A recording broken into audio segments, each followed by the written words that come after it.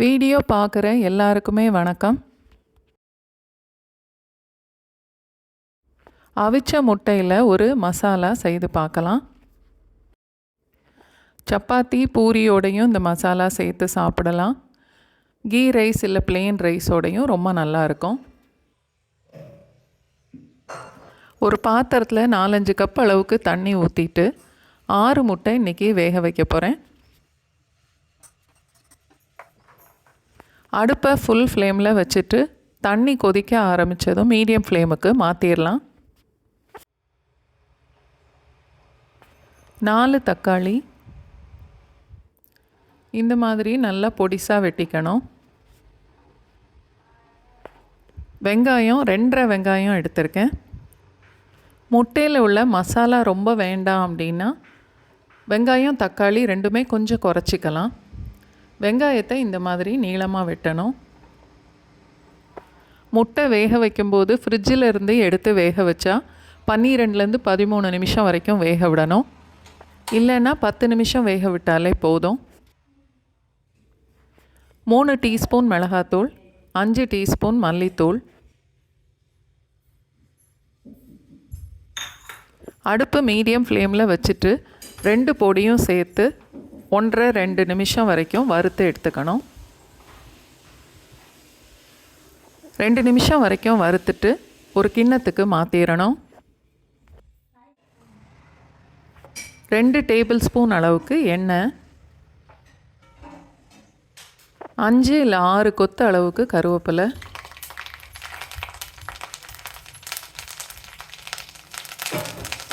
வெட்டி வச்சுருந்த வெங்காயத்தை சேர்த்துட்டு அடுப்பை மீடியம் ஃப்ளேமில் வச்சு வெங்காயம் நல்ல டார்க் ப்ரௌனாக வர்ற வரைக்கும் வதக்கணும். வெங்காயம் சீக்கிரம் வதங்கிறதுக்கு ஒரு 1/2 டீஸ்பூன் அளவுக்கு நம்ம உப்பு சேர்த்துக்கலாம்.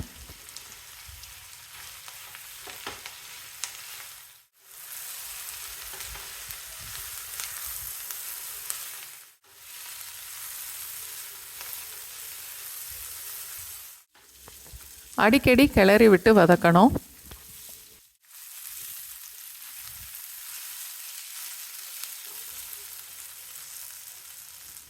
வெங்காயம் இந்த அளவுக்கு வதங்கிறதுக்கு 8-10 நிமிஷம் வரைக்கும் ஆகும். இப்போது வெட்டி வச்சுருந்த தக்காளியும் சேர்த்துடலாம். 1/4 கப் அளவுக்கு தண்ணி, மசாலாவுக்கு தேவையான அளவுக்கு உப்பு,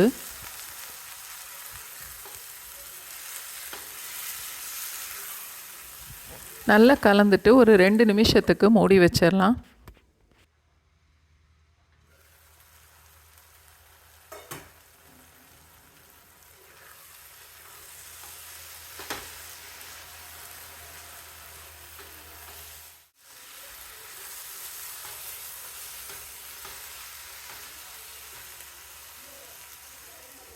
வறுத்து வச்சுருந்த மல்லி மிளகாத்தூள் சேர்த்துட்டு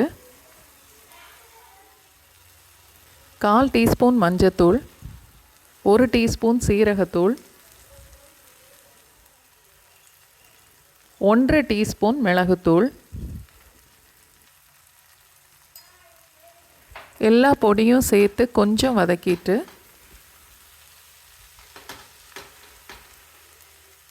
முக்கால் கப் அளவுக்கு தண்ணியும் சேர்த்து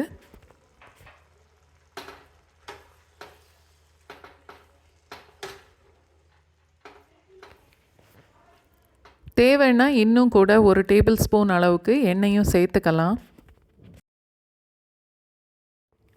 2 நிமிஷம் வரைக்கும் அடிக்கடி கிளறி விட்டு நல்லா வதக்கணும். அவிச்ச முட்டையை 2-3 இடத்துல கீறி விட்டுட்டு இந்த மசாலாவோடு சேர்க்கலாம். இல்லை 2ஆக கட் பண்ணி கூட சேர்த்துக்கலாம்.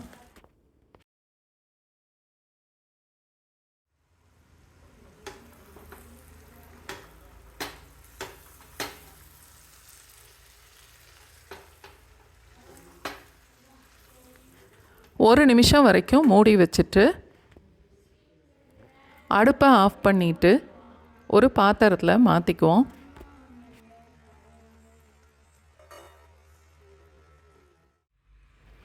கடைசியில் கொஞ்சம் மல்லி இலையும் சேர்த்துக்கலாம்.